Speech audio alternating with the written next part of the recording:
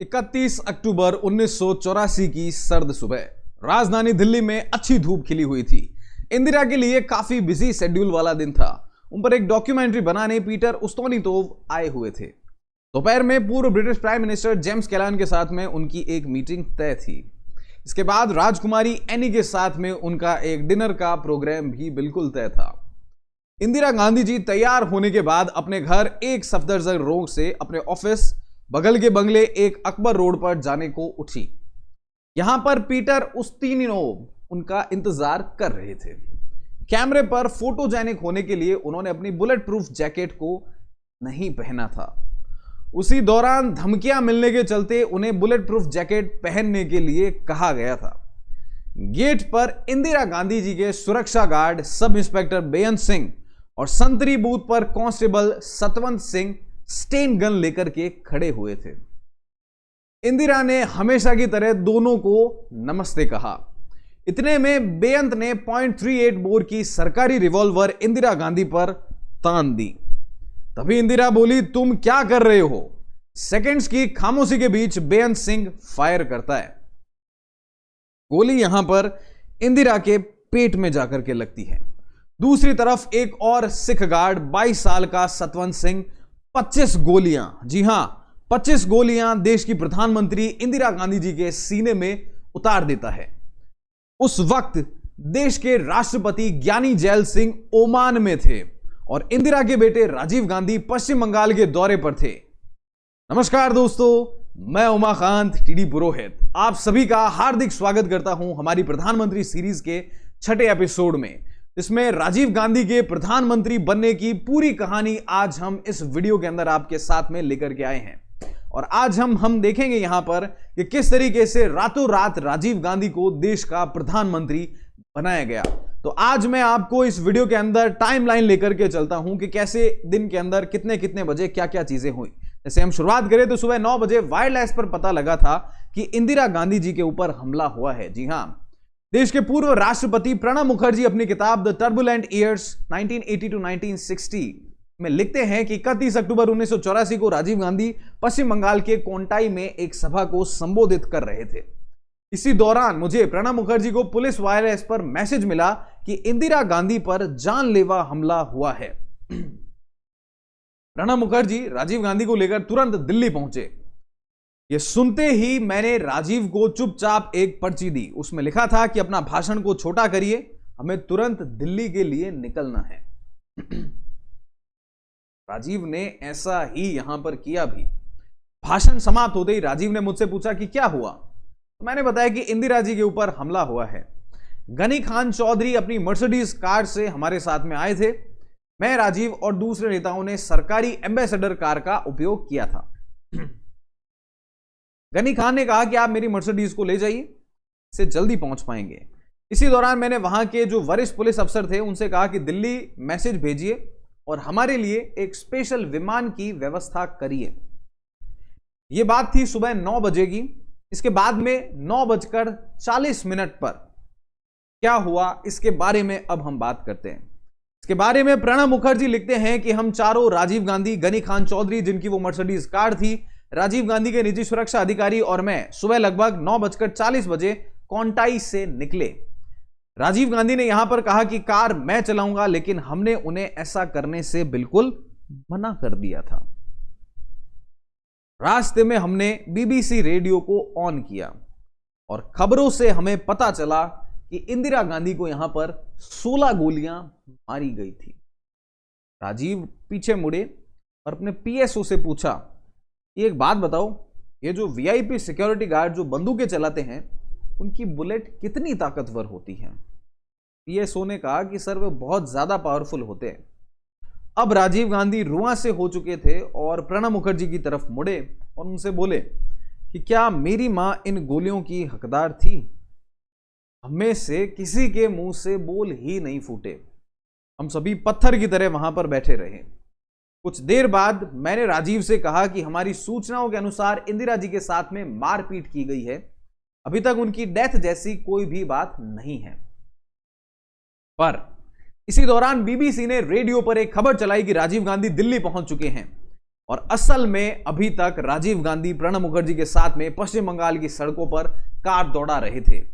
तब प्रणब मुखर्जी ने राजीव से कहा कि देखिए हम कहां हैं और ये क्या प्रसारित कर रहे हैं, जैसे ये खबर गलत है ठीक वैसे ही इंदिरा जी की मौत वाली खबर भी गलत हो सकती है। प्रणब मुखर्जी यहां पर दिलासा दे रहे थे राजीव गांधी को कि नहीं, अभी तक आपकी माता की हत्या नहीं हुई है। इसके बाद में उसी दिन दोपहर के 11:45 पर वायरलेस पर एक मैसेज मिला कि कोलाघाट में थर्मल पावर स्टेशन के हेलीपैड पर एक हेलीकॉप्टर इंतजार कर रहा है। वो हेलीकॉप्टर कलकत्ता ले जाएगा और स्टेट हाईवे की हालत बहुत ज्यादा खराब थी। तेजी से कार चलाना संभव नहीं था, तो कोलाघाट पहुंचने में ही 2 घंटे लग गए। इसके बारे में प्रणब मुखर्जी लिखते हैं कि जब हम वहां पहुंचे तो देखा कि एक हेलीकॉप्टर वहां से उड़ चुका था। हमें लगा कि पायलट इंतजार करके चला गया होगा। जब पूछताछ की तो पता चला कि पायलट हमें सड़क मार्ग के ऊपर खोजने निकला हुआ है। पायलट को बताया गया कि राजीव गांधी हेलीपैड पर आ चुके हैं, तो पायलट वहां पर तुरंत लौटे। उसी दौरान एक और वाकया जो है, एक घटनाक्रम दिल्ली के अंदर भी चल रहा था दोस्तों। एक और किरदार यहां पर हमारे सामने आता है जिनका नाम था अरुण नेहरू। जी हां, दिल्ली में राजीव गांधी के चचेरे भाई और विश्वास पात्र अरुण नेहरू को जब पता चला कि राष्ट्रपति ओमान में हैं, उन्होंने कांग्रेस के बाकी अन्य वरिष्ठ नेताओं से बातचीत की और ज्ञानी जैल सिंह के उप सचिव रह चुके केसी सिंह ने अपनी किताब the Indian president and Insiders account of the gel Singh years में लिखते हैं कि अरुण नेहरू की यहां पर योजना थी कि जैसे ही राजीव कोलकाता से दिल्ली लौटे, उन्हें राष्ट्रपति की गैर हाजिरी में उपराष्ट्रपति प्रधानमंत्री पद की शपथ दिला दें। बाद में किसी ने यहां पर उन्हें सलाह दी कि यह ठीक नहीं रहेगा, इसे कानूनी रूप से चुनौती दी जा सकती है, क्योंकि हमेशा प्रधानमंत्री को शपथ राष्ट्रपति के द्वारा ही दिलाई जाती है। अब मेरा आपसे एक सवाल है कि हमारे संविधान के कौन से अनुच्छेद के अंदर लिखा हुआ है कि राष्ट्रपति के द्वारा ही प्रधानमंत्री को शपथ दिलाई जाएगी? जो इसका जवाब बताएगा कमेंट सेक्शन के अंदर, हम उसे हाईलाइट भी करेंगे। तो अब ये फैसले को ड्रॉप करके राष्ट्रपति जी को ओमान से बुलाना तय किया गया और इसके बाद में इस घटनाक्रम के अंदर दोपहर 1 बजे कलकत्ता पहुंचने में अभी 45 मिनट लगे थे राजीव गांधी जी को। हेलीकॉप्टर से वो आ रहे थे। यहां इंडियन एयरलाइंस का एक विशेष विमान राजीव गांधी का इंतजार कर रहा था। 1 बजे उड़ान भरने के तुरंत बाद राजीव गांधी कॉकपिट के अंदर चले गए। इस घटनाक्रम के बारे में प्रणब मुखर्जी लिखते हैं कि कुछ देर बाद वो वापस आए और हमें बताया कि उनकी मां इंदिरा गांधी अब नहीं रही। ये सुनते ही सन्नाटा छा गया था पूरे प्लेन के अंदर। प्रणब मुखर्जी लिखते हैं कि वो बुरी तरीके से रोने लगे। राजीव गांधी ने अपने आप को संभाल रखा था, संभालना ही पड़ा और कोई ऑप्शन भी नहीं था उनके पास में। शांत थे। यह गुण उनको अपनी मां से विरासत में मिला था। नेहरू की मौत के समय इंदिरा गांधी ने भी ऐसा ही साहस दिखाया था। कोलकाता एयरपोर्ट से ही कांग्रेस के वरिष्ठ नेता बलराम जाखड़, गनी खान चौधरी, श्यामलाल यादव, उमाशंकर दीक्षित और शीला दीक्षित भी दिल्ली आए थे। जब इंदिरा जी की मौत की खबर के बाद सभी संयमित हो गए तो सभी ने चर्चा शुरुआत कर दी कि अब आगे क्या किया जाना चाहिए।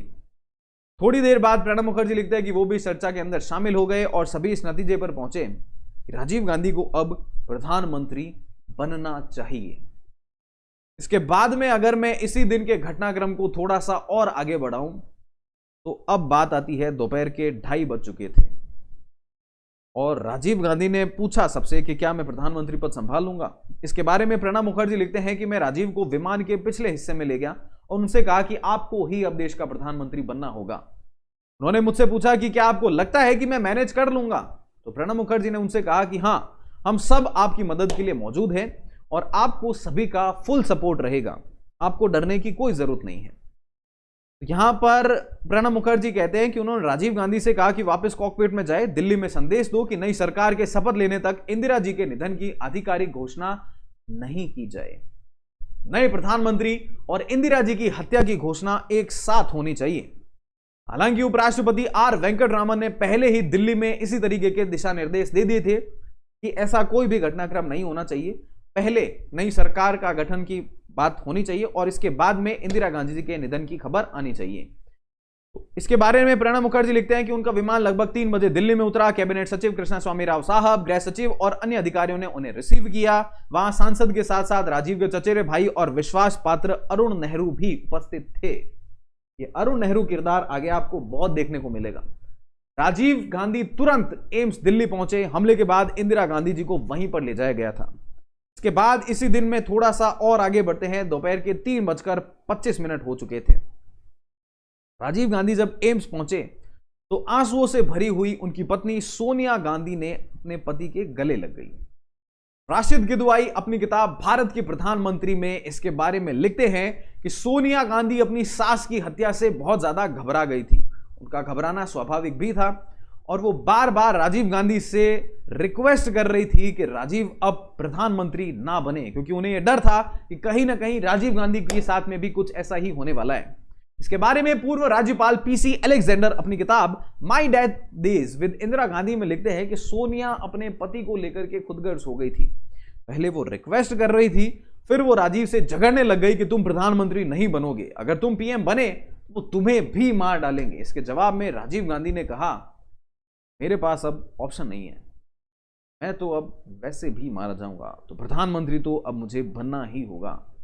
और इसी घटनाक्रम में शाम के 4:10 जब हुए तो पूर्व राष्ट्रपति प्रणब मुखर्जी अपनी किताब में लिखते हैं कि मैंने राष्ट्रपति को भेजे जाने वाले पत्र का पहला प्रोफोर्मा तैयार किया। पीवी नरसिम्हा राव जो आगे जाकर के प्रधानमंत्री बने, जो इकोनॉमिक रिफॉर्म्स लेकर के आए, उन्होंने इसे संशोधित किया। आर के धवन ने इसे टाइप किया। पत्र में ना केवल राष्ट्रपति को संसद में कांग्रेस पार्टी के नेता के रूप में राजीव गांधी को चुने जाने के प्रस्ताव की जानकारी दी गई, बल्कि राष्ट्रपति से राजीव गांधी को सरकार बनाने के लिए आमंत्रित करने का अनुरोध भी किया गया था। फिर हमने अरुण नेहरू को एयरपोर्ट पहुंचने के लिए कहा। वहां कुछ ही देर में राष्ट्रपति ज्ञानी जैल सिंह ओमान से आने वाले थे। हमने उनसे विमान से उतरने से पहले राष्ट्रपति को जानकारी देने के लिए कहा और करीब 4:30 बजे PV Narasimha Rao, PC Alexander और प्रणब मुखर्जी एक कार में राष्ट्रपति भवन पहुंचे। अब यहां पर गौर करने वाली बात यह है कि इंदिरा गांधी जी की हत्या के बाद में पूरा देश में हाई अलर्ट था। पुलिस वाले भी घबराए हुए थे। जब हमारी कार राष्ट्रपति भवन पहुंची तो हमें गेट पर मौजूद गार्डों ने अंदर ही नहीं जाने दिया। उन्होंने कहा कि आपकी राष्ट्रपति से कोई मुलाकात तय नहीं है, हमारे पास आपको अंदर भेज दें ऐसी कोई भी सूचना भी नहीं है। इसके बाद पीसी अलेक्जेंडर कार से बाहर निकले, उन पर चिल्लाए कि क्या आपको कार में पीछे बैठे गृह मंत्री और वित्त मंत्री को नहीं पहचानते हैं। इसके बाद इन्हें अंदर जाने की इजाजत दी गई। दिल्ली पहुंचने के बाद में राष्ट्रपति ज्ञानी जैल सिंह जो है वो सीधे एम्स गए, क्योंकि वहां पर इंदिरा गांधी जी को ले जाया गया था। वहां से राजीव गांधी और राष्ट्रपति जी दोनों एक साथ राष्ट्रपति भवन आए। राष्ट्रपति जैल सिंह ने हमें बताया कि उन्होंने राजीव को सरकार बनाने के लिए आमंत्रित करने का फैसला पहले से ही कर लिया था, दिल्ली आने से पहले। इसी घटनाक्रम के अंदर शाम के 6:45 पर, गौर करिएगा इस टाइम को, राजीव गांधी जी के नेतृत्व में नई सरकार ने अपनी शपथ ली। जी हां, राजीव गांधी ने फैसला लिया कि वह 3 अन्य लोगों पीवी नरसिम्हा राव, पी शिवशंकर और प्रणब मुखर्जी के साथ में शपथ लेंगे। और सिख भावनाओं को ध्यान में रखते हुए बूटा सिंह को भी शपथ दिलाई गई। प्रधानमंत्री को शपथ लेने के लिए बुलाए जाने से पहले ज्ञानी जैल सिंह, जो उस समय पर देश के राष्ट्रपति हुआ करते थे, उन्होंने इंदिरा गांधी जी की आकस्मिक मृत्यु पर दुख व्यक्त किया और 2 मिनट का मौन रखा। इसके बाद राष्ट्रपति भवन से एक प्रेस विज्ञप्ति जारी की गई, जिसमें आधिकारिक तौर पर श्रीमती गांधी की मृत्यु की घोषणा की गई थी। उपराष्ट्रपति आर वेंकटरामन, जो पास में ही खड़े थे, उन्होंने दूरदर्शन पर देश को सूचित करते हुए एक साथ में घोषणा की कि इंदिरा गांधी जी का निधन हो गया है और राजीव गांधी जी के नेतृत्व में देश में एक नई सरकार ने शपथ ले ली है। के बाद में राजीव गांधी जी की अगुवाई में 1984 के लोकसभा चुनाव में कांग्रेस ने 404 सीटें जीती और जो अब तक की किसी सिंगल पार्टी को आई हुई हाईएस्ट मेजॉरिटी है। उन्होंने 5 साल 32 दिन तक प्रधानमंत्री के रूप में कार्य किया। देश के सबसे कम उम्र के प्रधानमंत्री थे। उनके कार्यकाल में ही साबानो केस में फैसला पलटा गया था। राम मंदिर का दरवाजा खुला, देश में कंप्यूटर क्रांति आई और बोफोर्स घोटाला हुआ। राजीव गांधी जी के जिंदगी से जुड़े हुए कुछ और किस्से मैं आपको आज यहां पर बताता हूं। हमने पहले पूरी सरकार का देखिए, दिन में क्या घटनाक्रम चला वो सब देखते हुए बात की है। तो एक सबसे बड़ा किस्सा इनके कार्यकाल के दौरान आता है साहबानो केस में। जब इनकी आलोचना हुई तो उसी समय पर उन्होंने राम मंदिर का दरवाजा भी खुलवाया। तो पहले बात करते हैं साहबानो केस की। साहबानो एक मुस्लिम महिला थी। 59 ईयर्स की एज में उनके पति ने उन्हें तलाक दे दिया। दोनों की शादी से 5 बच्चे थे। साहबानो ने गुजारा भत्ता के लिए कोर्ट के अंदर केस दायर कर दिया। पहले डिस्ट्रिक्ट कोर्ट और फिर हाई कोर्ट ने साहबानो के पक्ष में फैसला दे दिया कि भाई आपको गुजारा भत्ता तो देना पड़ेगा। साहबानो के पति जो थे मोहम्मद अहमद खान, वो एक बड़े वकील थे। उन्होंने हाई कोर्ट के फैसले को सुप्रीम कोर्ट के अंदर चुनौती दे दी और तर्क दिया कि जिस धारा 125 के अंतर्गत गुजारे भत्ते की मांग की गई है वो मुस्लिम्स के ऊपर लागू नहीं होती, क्योंकि यह मामला मुस्लिम पर्सनल लॉ बोर्ड से जुड़ा हुआ है। इसके बाद मामला 5 जजों की संविधान पीठ में पहुंचा और 23 अप्रैल 1985 को तत्कालीन चीफ जस्टिस YV चंद्रचूड़ की अध्यक्षता वाली संविधान पीठ ने साहबानो के पक्ष में फैसला दे दिया। इसलिए मुस्लिम नेता बहुत ज्यादा भड़क गए। सरकार के ऊपर अब दबाव बनाने लगे कि प्रधानमंत्री राजीव गांधी को लगा कि मुस्लिम वोट कांग्रेस से छिटक जाएगा। राजीव गांधी जी ने एक बहुत बड़ा फैसला लिया और संसद में कानून ला करके सुप्रीम कोर्ट का यह जो फैसला था इसे पलट दिया। इसके बाद राजीव गांधी जी पर मुस्लिमों के तुष्टीकरण के आरोप लगे और उस वक्त तक अयोध्या राम जन्मभूमि आंदोलन जोर पकड़ने लगा था। लोगों को खुश करने के लिए राजीव गांधी सरकार ने 37 साल से बंद पड़े विवादित राम जन्मभूमि और बाबरी मस्जिद का गेट खुलवाने के लिए 31 जनवरी 1986 को जिला कोर्ट में याचिका दायर की। अगले दिन 1 फरवरी को डिस्ट्रिक्ट जज KM पांडे ने गेट खोलने के आदेश दे दिए। इसके बाद वहां हिंदुओं ने पूजा अर्चना शुरुआत कर दी। हालांकि गौर करने वाली बात यहां पर यह है कि बाद में यह मुद्दा बीजेपी के लाल कृष्ण आडवाणी जी ने कैप्चर कर लिया और गुजरात से अयोध्या तक रथ यात्रा निकाली और उसी रथ यात्रा में आडवाणी जी के साथ में थे नरेंद्र मोदी जी, जो आज देश के वर्तमान में प्रधानमंत्री हैं। इसके अलावा राजीव गांधी जी के कार्यकाल से जुड़ा हुआ एक और रोचक किस्सा बताता हूं। जब राजीव गांधी जी ने अपनी सिक्योरिटी में लगी हुई कार की ही सारी चाबी निकाल करके नाले में फेंक दी थी। जी हां, एक बार राजीव गांधी जी अपने 3 एस्कॉर्ट वाहनों की चाबियां बहते नाले में फेंक दी थी और गुस्से में चले गए थे। इसके बारे में पूर्व केंद्रीय गृह सचिव RD प्रधान अपनी किताब my years with Rahul and Sonia में लिखते हैं कि यह घटना 30 जून 1985 की है। इस दिन 8 चीफ मार्शल LM कात्रे की जो है वो दिल का दौरा पड़ने से मृत्यु हो गई थी। बहुत ज्यादा भारी बारिश होती थी और इसके बावजूद भी प्रधानमंत्री राजीव गांधी अपनी पत्नी सोनिया गांधी के साथ में संवेदना व्यक्त करने के लिए दिवंगत वायुसेना प्रमुख के आवास पर गए थे। लौटते वक्त राजीव गांधी ने अपने सिक्योरिटी ऑफिसर से कहा कि बाकी सब लोगों को बता दो ये जो सिक्योरिटी कारकेड है वो हमारा पीछा नहीं करे। कार को राजीव गांधी खुद ड्राइव कर रहे थे। उनके साथ में उनकी पत्नी सोनिया गांधी भी थी। थोड़ी दूर चलने के बाद में राजीव गांधी ने देखा कि पूरा काफिला उनके पीछे चल रहा है। राजीव ने कार रोकी और मूसलाधार बारिश में ही बिना छाते के बाहर उतरे। पीछे चल रही तीनों एस्कॉर्ट कारों की चाबी निकाल ली और किनारे बह रहे नाले में फेंक दी। Yes, you heard it right. अपनी ही सिक्योरिटी में लगी हुई जो कार्स थी उनकी चाबियां निकाली और नाले में फेंक दी। इनकी सुरक्षा में लगी हुई सभी 6 कारें बीच सड़क में दिल्ली के राजाजी मार्ग के ऊपर खड़ी थी। इसके बारे में प्रधान लिखते हैं कि बड़ी समस्या तब हुई जब प्रधानमंत्री की कार में लगे वायरलेस से सुरक्षा कर्मियों का संपर्क भी टूट गया। 15 मिनट तक प्रधानमंत्री से कोई कम्युनिकेशन नहीं था। सबकी सांसें ऊपर नीचे हो गई थी क्योंकि 1 साल पहले ही प्रधानमंत्री की हत्या हो गई थी। राहत सभी को तब मिली जब राजीव और सोनिया गांधी सुरक्षित प्रधानमंत्री हाउस पहुंच गए थे। इसके अलावा राजीव गांधी जी के कार्यकाल से जुड़ा हुआ एक और बड़ी घटना है बोफोर्स कांड। इसके बारे में अगर हम बात करें तो 24 मार्च 1986 को राजीव गांधी सरकार ने स्वीडन की हथियार बनाने वाली कंपनी AB बोफोर्स से 1437 करोड़ रुपए का एक सौदा किया। इस सौदे के तहत इंडियन आर्मी को 155 mm वाली 400 होवित्जर तोप की सप्लाई होनी थी। देश के ज्यादातर लोग बोफोर्स तोप कहते हैं। वरिष्ठ पत्रकार देबाशीष मुखर्जी अपनी किताब the disruptor how VP Singh shook India में लिखते हैं कि इस डील में भ्रष्टाचार के आरोप लगे। इसी के चलते राजीव सरकार में रक्षा मंत्री रहे वीपी सिंह ने 12 अप्रैल 1987 को इस्तीफा दे दिया। वीपी सिंह के ऊपर हम करने वाले हैं एक एक्सक्लूसिव वीडियो, बने रहिएगा हमारे साथ में। इस इस्तीफे के 4 दिन बाद में 16 अप्रैल 1987 को स्वीडन के रेडियो में खबर चली कि भारत के साथ हुए रक्षा सौदे में घूसखोरी हुई है। स्वीडन की मीडिया ने तो यहां तक भी दावा कर दिया था कि डील के लिए एबी बोफोर्स कंपनी ने भारत सरकार के बड़े नेताओं, रक्षा विभाग के अधिकारियों को 60 करोड़ रुपए की घूस दी है।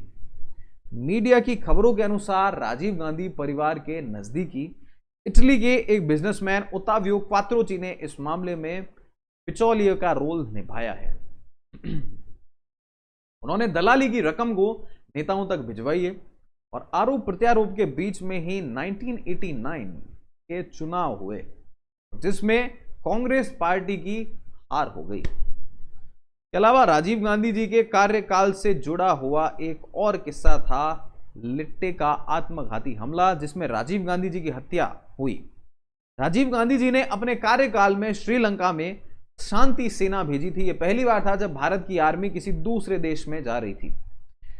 इस कारण से तमिल विद्रोही संगठन लिट्टे, लिबरेशन टाइगर ऑफ तमिल जो है वो नाराज चल रहा था। 1991 में जब लोकसभा चुनाव के लिए प्रचार करने राजीव गांधी चेन्नई के पास में श्री पेरम्बदूर गए तो वहां पर लिट्टे ने राजीव गांधी के ऊपर आत्मघाती हमला करवाया।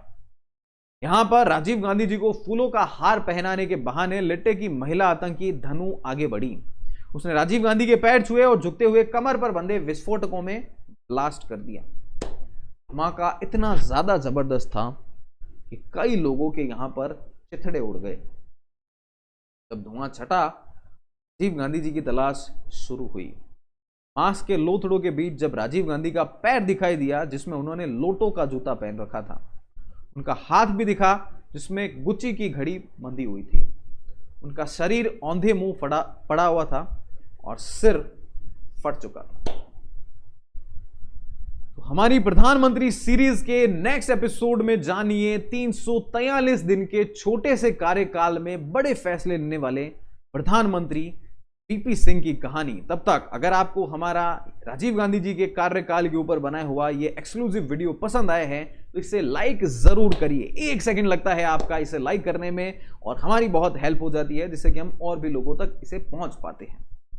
साथ ही साथ में आपको ये वीडियो कैसा लगा कमेंट करके जरूर बताइए। अगर इसमें हमसे कोई चूक हुई है, कोई चीज हमसे छूट गई है या कोई फैक्ट या इंफॉर्मेशन गलत है तो प्लीज कमेंट करके जरूर बताइए।